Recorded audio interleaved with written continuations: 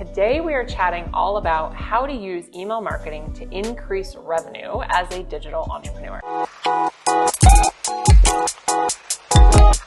So to get specific, we're going to talk about 5 really simple things that you can start doing today to help you increase your open rates, your click-through rates, and to help you increase your conversions. Because at the end of the day, that is what we're all hoping for. So we're going to dive right in. It's super fast and simple. Number 1, emails are best read when left justified. So I know it's really fun and cute, and it definitely was trending for a while to center justify all of your text and your font. But statistically and historically, we actually read better when something is left justified because that's how we're taught to read. So if you read a blog or a book or anything, it's going to be left justified, meaning that the paragraphs are pushed over to the left. In order to get the most out of your emails, it's easier for the reader. However, when you have an email with a bunch of left justified things, you can occasionally, boom, put something in the center justify it and make it even bigger. And that's a great place to put a pattern interrupt, right? So psychology, we want to pattern interrupt people when they're scrolling mindlessly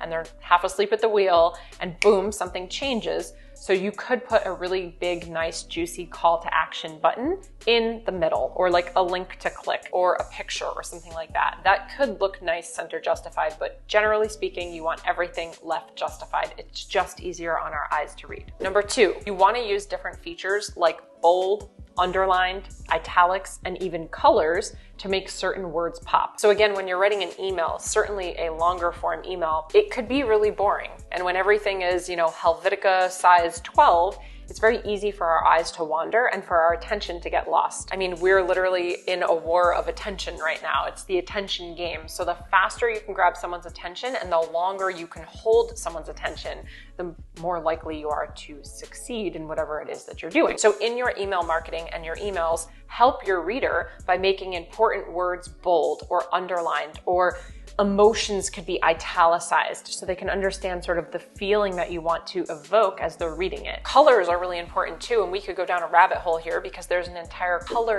theory wheel where certain colors make people do certain things. Like green helps people go, it helps people take action. We're trained into that at a very young age. Red is very alarming and it's like, hey, listen to this is important, right? Orange makes people move fast. Blue is very calming, and then depending on the color green, actually, also very calming if you think of a spa, right? So think of fast food joints. They use red and they use orange and they use yellow because it's fast and it makes you move and it makes you think quickly and it makes your metabolism go faster. It makes you take action. So using different colors, not just your brand colors, but using different colors inside of your emails is going to help. Also, just historically, for however many years the internet has been around, clickable links generally are blue. So if you want someone to click, simply by making that blue, it's going to trigger a memory and an emotion in them. It's going to trigger a habit of clicking. So even if you're writing it out yourself, you may want to make that bright blue, you know the blue I'm talking about, that bright cerulean blue color,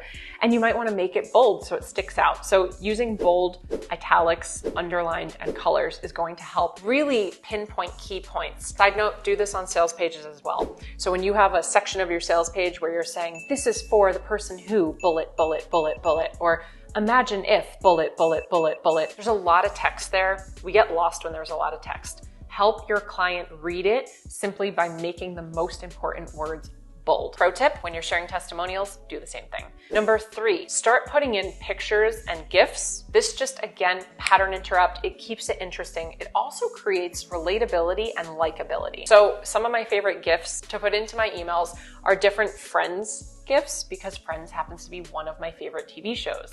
Now, if you don't like Friends, do you not like me? Probably not. If you didn't love Friends, are you probably not going to buy from me? Probably not. But here's the thing. If you too loved Friends, then you're going to smile when you see that GIF. So when you see that couch GIF, we immediately connect on a different level where you're like, she gets me. Because honestly, have you ever heard the word pivot and not thought about the couch scene?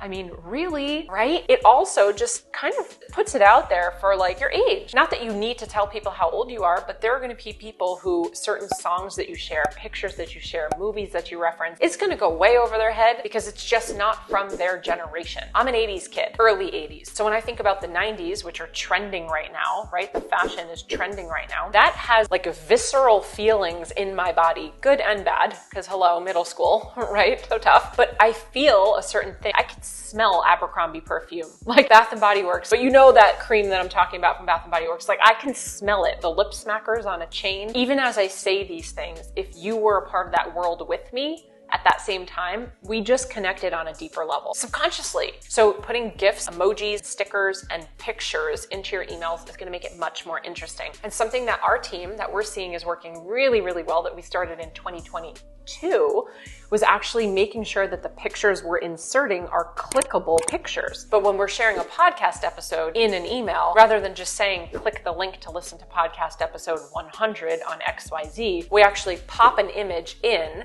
where maybe it's me and Mike, and it says the title of the show, and then it has an emoji, like a sticker of a finger clicking or the arrow clicking, and it says, click here to listen. And then when you click the image, rather than just a boring link or text, it takes you exactly where I want you to go. So it takes you to the YouTube page, it takes you to the podcast app, it takes you to Spotify, wherever that might be. But instead of just putting a link in there, we're putting a clickable picture. We've done this for launching our mastermind. We've done this for master classes and webinars. We've done this for our podcast. So things like that, you can use it as marketing. The fourth thing that I want to make sure that you're doing is that we want to make sure that we're putting spaces in between our lines. When writing an email, you want to break it apart as much as possible. You almost want to write one sentence per line and then use a space in between. Again, just making it really easy to read, but also using bullets, numbers, and lists in your email so that it's not all just written copy. You're changing it up for the person that's reading it. The readability increased. Easier it is to read, the more likely someone's going to read it. And then the last, which is probably the most important thing in terms of getting people to open your email, this is the most important thing, it's the subject line. The subject line matters so much. If someone reads the subject and they're not interested, they're not going to open the email. If they read the subject and you told them the solution in the subject, they're probably not going to read the email. So in your subject line, you want to dance between clickbait, which could feel manipulative, and curiosity. Clickbait creates intrigue. It creates curiosity. It creates a feeling of, I have to open this email. I need to know what's next. So some really good examples of strong subject lines are questions. Can you ask a question in your subject line? So have you ever XYZ? Or are you doing this one thing in your business? Well, I need to know what this one thing is because I want to know if I'm doing it. I didn't even need to say, if you are, it's doing this good thing or this bad thing for your business. I just want to know as the consumer, like, am I doing the thing? I'll find out in the email if it's good or bad, right? So starting with a question is really great. Using a subject line that has numbers is phenomenal. 72% of consumers buy via email. So you can do something that has numbers or statistics. You can do something that's super polarizing.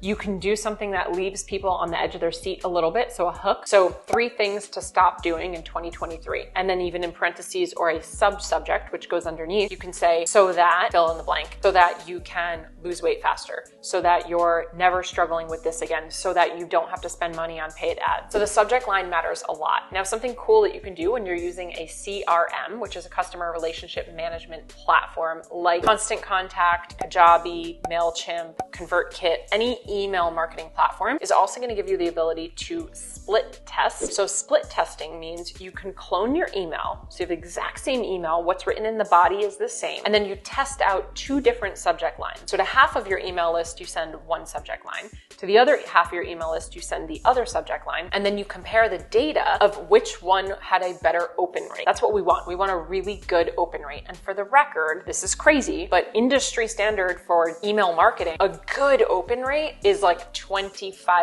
or higher. So if you've been getting 30% on your email opens and you thought that that was bad, that's above industry standard. Industry standard is about 25%.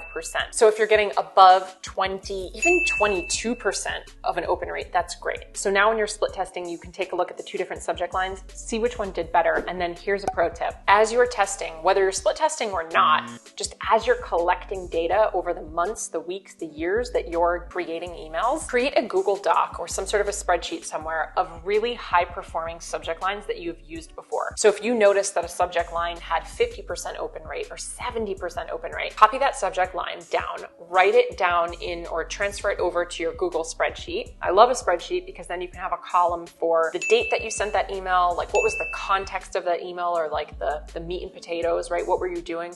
Was there a call to action at the end of the email? Just so you can keep in mind, when was this working? What was that for? And then of course, what was the percent open rate? Then what you want to do is you want to replicate that. So study, why do you think it worked? Well, this is really interesting. I have a list of 10 email subject lines that all converted over 50%. And that's really cool because when I look at it, I'm noticing that 7 of the 10 were all written as a question.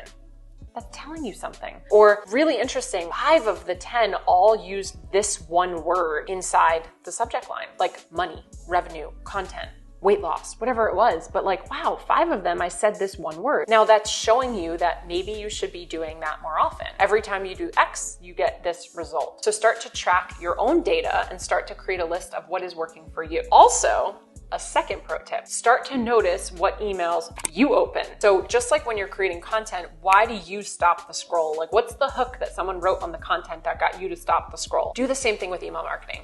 Why did you open that person's email? Take note of it. And if it was the subject line that hooked you in, which it probably was, write that down. I'm not saying copy those people verbatim, but take note of it. Did it get you to feel a certain way? Was it written a certain way? Did it have numbers? Was it polarizing? Did it promise something? Was it a question?